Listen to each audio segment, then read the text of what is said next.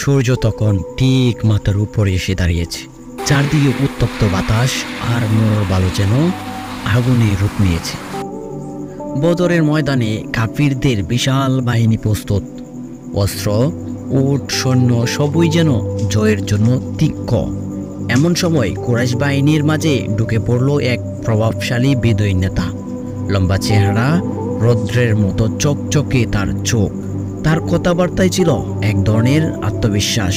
তার নাম ছিল সুবাকা ইবনে মালিক। বদরের যুদ্ধে যে ব্যক্তিরা দাঁড়িয়ে আছে সবাই তাকে ভাবল সেই সুবাকা ইবনে মালিক, কিন্তু সেই কি আসলেই সুবাকা ইবনে মালিক?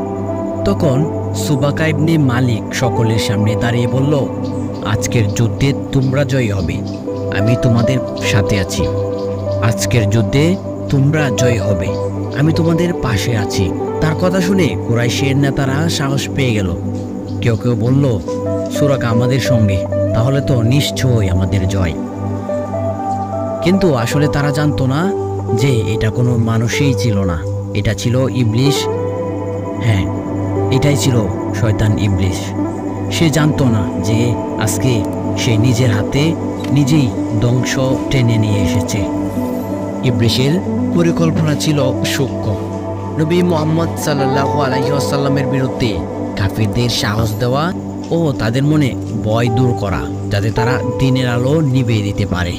আর ঠিক তখনই শয়তান ইবলিশ হঠাৎ করে আকাশে কোনো একটা কিছুর উপলব্ধি লক্ষ্য করতে পারল। হাওয়ার মাঝে কিছু ছিল যা অদৃশ্য শক্তি, যা আকাশ থেকে নামছে। তবে তারা মানুষ নয়, তারা ছিল আল্লাহর প্রেরিত ফেরেশতা, যারা মাটিতে পা লাগানোর আগেই কাফিরদের হৃদয়ে ভয় ঢুকিয়ে দিল।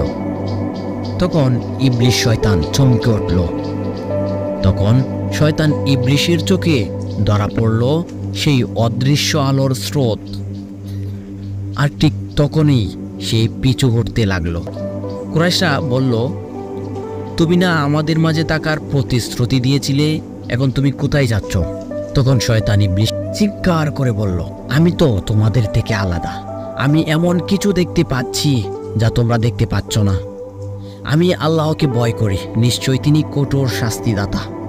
এ বলে শয়তান ইবলিশ ময়দান থেকে বা উহুদের ময়দান থেকে পালিয়ে চলে গেল, কারণ সে জানতো আল্লাহর সেনাবাহিনীর সামনে তার চক্রান্ত সবই ব্যর্থ।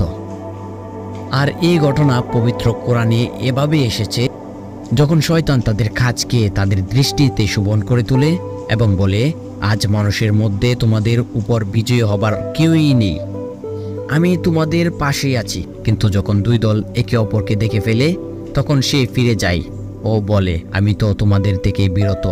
আমি এমন কিছু দেখতে পাচ্ছি যা তোমরা দেখতে পাচ্ছ না। আমি তো আল্লাহকে ভয় করি। পবিত্র কোরআনের সূরা আনফাল আয়াত নাম্বার 48। বিল্লাল হাসান।